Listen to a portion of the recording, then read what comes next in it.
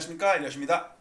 네, 오늘 여러 가지 작업을 하다가 며칠 쉴까 하다가 그래도 방송하는 거니까 여러분들 좋아요 눌러주세요. 네, 안 그러면은 저 며칠 쉽니다. 네, 지금 작업 급한 게 좀 있어가지고 워낙 방대한 작업을 하다 보니까 네, 제 목소리 잘 들리시면 1번, 안 들리면 1번.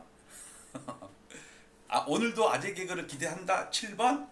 제발 오늘만은 아재 개그 하지 말고 넘어가라 8번. 네. 자, 오늘은 수학 시간입니다. 미적분을 할 거예요. 미분. 네, 다이버전스.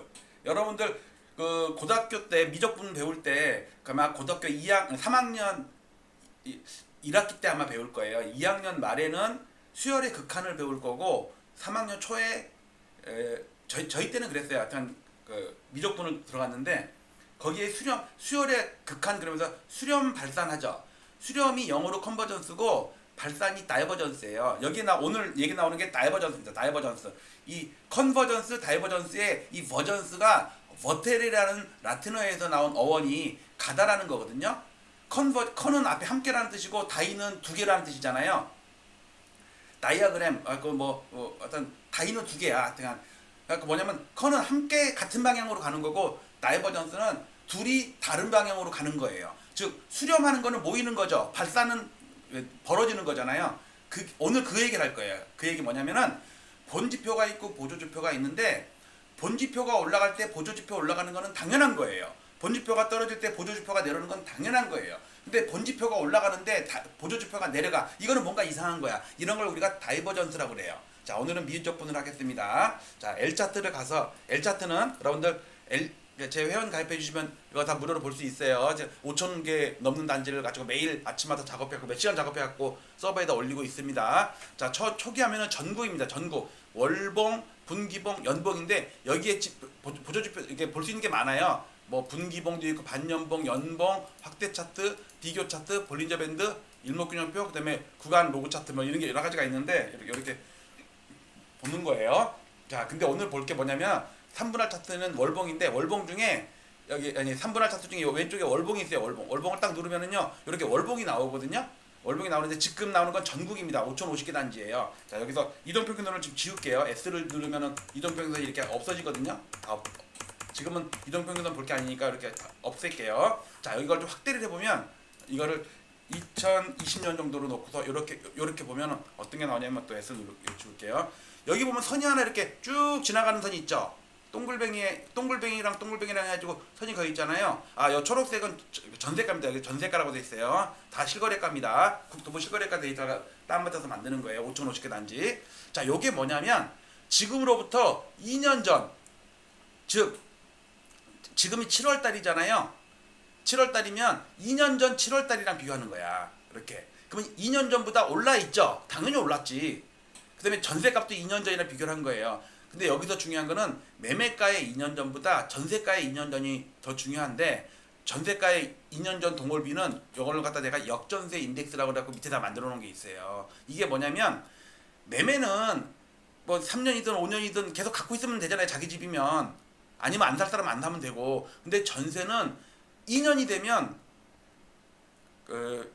집주인 입장에서는요, 이 세입자가 나간다 그러면 돈을 내줘야 되는데 그 다음 세입자를 구해야 되잖아. 보통 자기가 돈 그걸 안 갖고 있잖아요. 그 다음 세입자 돈을 받아서 넘겨주는데, 예를 들어서 2년 전에 5억의 전세를 맞췄는데 지금 전세값이 떨어져가지고 올라가지고 5억 5천이야. 그럼 새로운 그 세입자한테 5억 5천을 받아가지고 나가는 사람한테 5억 내주고 난 5천이 남잖아요. 그러면 그걸로 뭐 하겠어요? 보통 바람 피우잖아요. 그런 걸로. 여러분 안 그러세요? 다들 그러는데? 우리 와이프도 그러는데? 자, 뭐 하다 그랬지? 이런 개그 좋다 7번, 하지 마라 8번, 때려쳐라 8번. 네. 근데 이게 전세값이 계속 올라주면 상관이 없어. 근데 문제는 2년 전보다 우리 지난 2022년 말에 이때 역전세 나왔잖아. 이때 전세값이 떨어졌잖아. 그러면 이때 이렇게 떨어질 때는 괜찮아. 왜? 이렇게 떨어지더라도 2년 전에 전세 쓴 사람들은 여기서 들었단 말이에요. 여기서부터 2년 전이 여기잖아. 그러니까 지금 4억 5천으로 떨어졌어도 여기서 4억의 전세 들어왔거든. 4억이 5억 됐다가 4억 5천 된 거야. 괜찮아. 왜? 4억 5천 받아가지고 4억 돌려주고 나는 그래도 5천이 남잖아. 근데 문제는 이때가 문제죠. 이때 전세 든 사람은 여기서 전세를 들었단 말이야. 그러니까 이 사람은 거의 4억 7천에 전세를 들었는데 이게 4억 돼버린 거야. 그러면 4억의 돈을 새로운 사람한테 받아가지고 그 4억 7천을 주려니까 내 돈 7천만 원이 모자르잖아. 그러니까 맨날 뭐 전세 태고 뭐 전세 뭐 무슨 대출인가 뭐 있잖아요. 그것도 했잖아 그때 홍 나갈 때. 그거를 연결한 게 요거예요. 요거. 연두색이 요게 전세가 2년 동월비고 까만 게 매매가 2년 전 동월비거든요. 표현한 거예요. 그러니까 이때가 뭐냐면 이때가 엄청 높죠. 이게 0이야 0. 엄청 높잖아. 제일 높죠. 이게 뭐냐면 이때가 2년 전에 비해서 제일 차이가 많이 나죠. 근데 이때는 2년 전보다 높지만 2년 전이 여기잖아. 이렇게 되잖아. 이렇게. 이게 지금 이거예요. 근데 여러분들 잘 보시면 얘도 지금 최고가고 얘도 거의 많이 올랐잖아. 전국이에요. 그런데 얘가 다 고개를 수그리하고 있죠. 매매가 지금 오르죠. 전세가도 오르죠. 근데 얘가 지금 수그리 하고 있잖아요. 수그리 몰라요? 수그리? 아까 멘치로 수그리 이런 개그 좋다. 옛날에 전쟁 날 때 그랬다니까. 총알이 막 날라오니까 뒤에서 이제 백종원 조카가 충청도 사람인데 이제 군대를 간 거야. 그래갖고 총알이 막 날라오니까 소대장님 총알 날라와요. 고개 수그리 했는데 소대장이 앞에서 총 맞아 죽었어. 그래갖고 뒤져버렸네. 그래갖고 또 옆에 또 대대장이 또 오는 거야. 그래갖고 아까 멘치로 나 요 사투리를 군대 가서 배웠잖아. 나 수그리가 무슨 뜻인지 몰랐다니까. 아까 멘치로도 올랐고 그 다음에 경상도 담배 하나 도 그러더라고. 담배 하나 도. 저가 아니야 도야 도. 시간 없어 지금 이거. 자 이게 뭐냐면 지금 올라가긴 올라가는데 그동안은 2년 전에 비해서 팍팍 올라갔단 말이야. 이때는 그렇잖아요. 예를 들어 이때 입장을 보면요. 이때는요 2년 전에 매매가가 제일 낮을 때잖아. 그러니까 이때에 비해서 엄청 높죠. 엄청 높잖아. 그런데 예를 들어 보면 이때는 2년 전이 되게 낮았어. 그런데 점점 2년 전이 올라가잖아. 얘도 올라가는데 얘도 올라가. 근데 얘 올라가는 속도보다 얘 올라가는 속도가 낮죠. 그러니까 얘가 수그리 된다니까. 즉 플러스는 플러스인데 점점 덜 플러스가 되는 거야. 이게 나중에 이걸 깨고 내려가면 이게 나오면 역전세가 많이 난다고. 자 문제는 전국은 뭐 경상도 그다음에 부산 뭐 대구 다 빠지니까는 전국은 고점보다 한참 낮은 거 한 30, 40% 반토막 이상 나죠. 그건 알겠어. 근데 서울이 세잖아요. 자, 제 데이터는 셉니다. 왜냐면 시가총액 높은 것만 골랐기 때문에 서울입니다. 서울 딱 보니까 되게 세죠. 센데 요 수그리 하는 거 보이세요? 수그리 전세가가 먼저 꺾여서 이것도 보세요. 얘가 매매가 올라가는데 얘도 올라가는데 얘가 먼저 꺾였잖아. 항상 전세가가 먼저 수그리해요. 나중에 매매가 2년 전 동월비가 수그리한 다음에 나중에 보조지표, 본지표가 꺾인다고. 아직 본지표 안 꺾였습니다. 고점은 그래서 6월달에 나온 것 같아요. 고점은 내가 볼 때 도저히 못 넘어 이거. 왜냐면 웬만한 대장주들 아파트들의 고점이 다 6월달에 나왔다고. 목이 잠겼어요.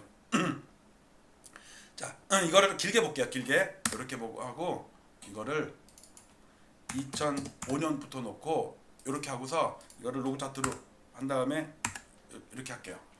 이걸 너무 높은가? 요 정도 하면 되겠네. 이거 너무 높다. 요 정도 할게요. 지금 매매가는 2년 전에 비해서 이거는 여러분들 이거는 제 데이터고 KB 부동산의 서울 보잖아요. 낮아요. 낮죠? 전고점 돌파 못했습니다. 그 다음에 부동산원 서울도 보면 낮죠? 그 다음에 국토부 실거래가 아직도 낮죠? 근데 엘리엇 차트만 높죠? 왜? 저는 시가총액 상위 아파트들만 골랐기 때문에 당연히 세지. 근데 전고점 넘지 못했어요. 제 것만 넘은 거예요. 이걸 보정하기 위해서 저는 CRB 인덱스 CPI로 어저스트 하거든요. 요렇게. 근데 지금은 명목으로 볼게요. 명목으로. 이게 실질입니다. 물가를 감안한 거예요.